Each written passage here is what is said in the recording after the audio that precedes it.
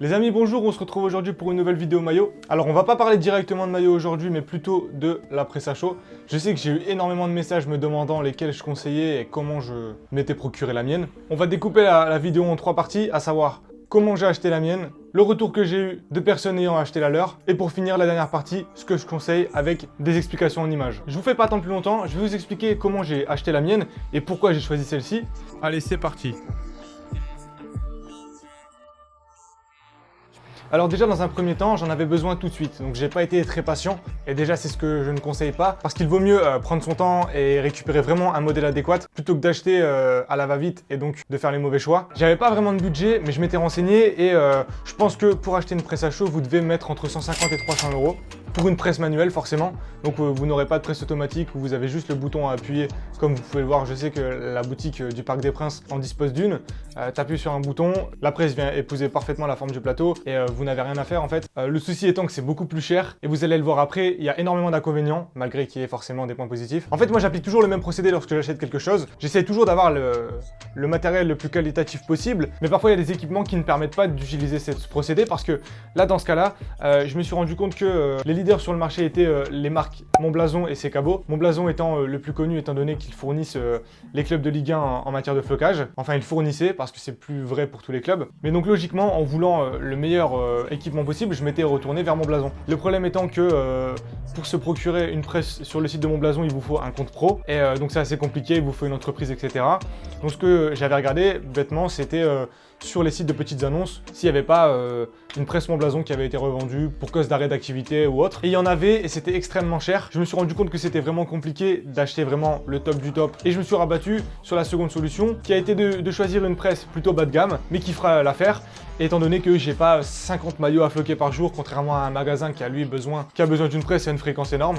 Donc je me suis rabattu sur une presse sans marque, comme vous pouvez le voir ici. Il y en avait pas mal sur le Bon Coin au moment où j'ai voulu acheter. Et déjà, premier critère, c'est la taille du plateau. Alors, j'en ai parlé à plusieurs personnes. On me demande à chaque fois une taille adéquate.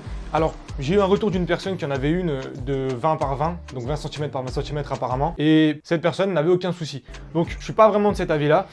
Moi, j'ai une 38 par 38 et je vais vous montrer après en image pourquoi j'en ai pris une si grande. J'en voulais aussi une carrée, histoire de ne pas avoir un côté plus petit que l'autre. Et vous verrez juste après pourquoi. Maintenant, on va passer aux deux témoignages que j'ai reçus. Alors, j'ai reçu celui-ci d'un collectionneur qui me disait qu'il avait commandé cette presse, encore une fois une 38 par 38. Là, ce qui m'interpelle, c'est que l'ouverture se fait sur le côté, donc de manière latérale. Alors, on me dit que la presse est quali, bien que plus grand aurait été largement préférable, car difficile de poser directement le nom et le numéro en une seule pression, qu'elle est assez lourde, mais qu'elle a coûté que 175 € neuve, avec la possibilité de floquer des tasses et des casquettes. Bon, ça, je pense que ce sera vraiment dans des cas bien précis. Il est assez content de son achat et après plus d'un an d'utilisation, elle fonctionne parfaitement bien. Petit bémol quand même pour la taille du plateau, bien que c'est une erreur de sa part. Second témoignage est celui-ci d'une personne que vous connaissez déjà, qui est déjà passée sur la chaîne. D'ailleurs, je vous conseille d'aller voir la vidéo de sa collection qui est sortie en début de semaine. C'est le témoignage de Pierrick. Alors Pierrick a acheté cette presse, pareil, de même taille, 38 par 38. Cette fois-ci, il l'a acheté neuve sur AliExpress. Donc je vais pas vous cacher que personnellement, j'avais très peur de ce genre de site qui vendent des presses avec des photos qui ont l'air non contractuelles.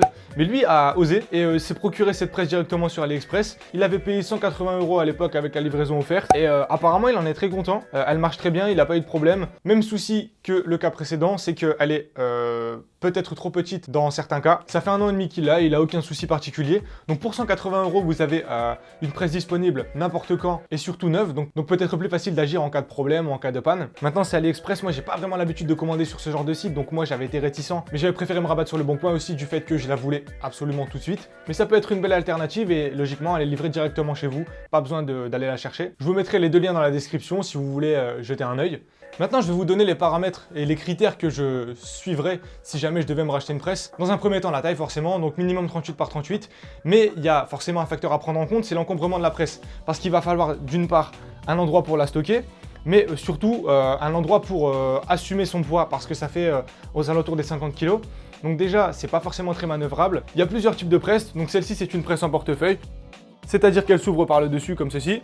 C'est pas le plus pratique parce que vous pouvez voir que l'angle ici est assez étroit et donc quand vous avez un maillot à floquer, il n'est pas toujours évident de bien voir ce que vous avez posé. Le top du top, ce serait une presse latérale qui coulisse sur le côté avec la possibilité de voir l'entièreté du plateau lorsque vous appliquez le flocage. Seul souci, c'est que vous avez besoin forcément de 2 fois plus de place, étant donné que vous allez avoir l'encombrement de la presse qui bascule sur le côté.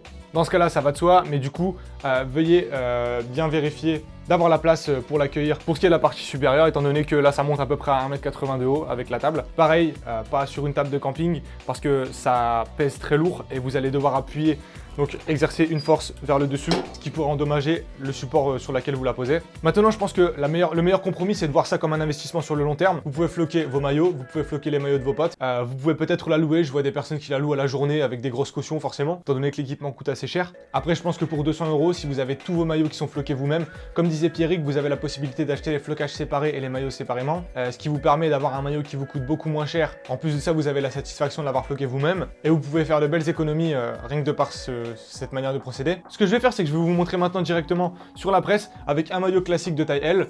Donc c'est un maillot du PSG, tout ce qu'il y a de plus simple. Je vais vous le poser sur la machine et je vais vous mettre un flocage officiel pour que vous puissiez vous rendre compte de la taille nécessaire. Donc vous pouvez voir qu'il y a quasiment tout le maillot qui rentre. Maintenant, on pose le flocage et pareil, il passe totalement. Maintenant, forcément, inconvénient, c'est vous qui appliquez le flocage, donc si vous le posez mal, forcément, vous pouvez vous en prendre qu'à vous-même. Donc voilà, 38 par 38 et vous pouvez voir que le flocage ne dépasse pas forcément. Si vous l'appliquez bien, normalement, ça devrait le faire. Donc voilà, c'est ce que je vous conseillerais, 38 par 38 minimum. Bien prendre les facteurs en compte, à savoir le poids, la taille, l'encombrement. J'en ai vu énormément de disponibles actuellement sur le Bon Coin, avec une qui coûte aux alentours des 180 € pour une ouverture latérale.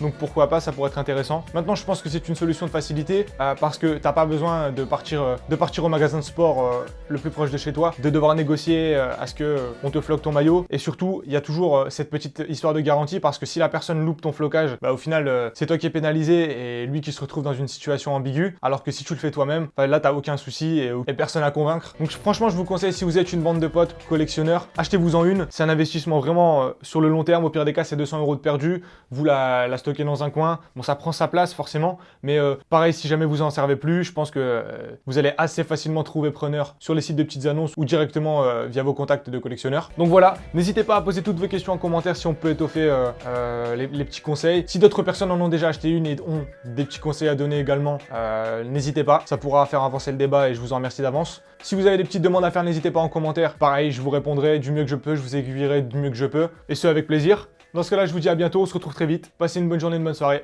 Allez, salut!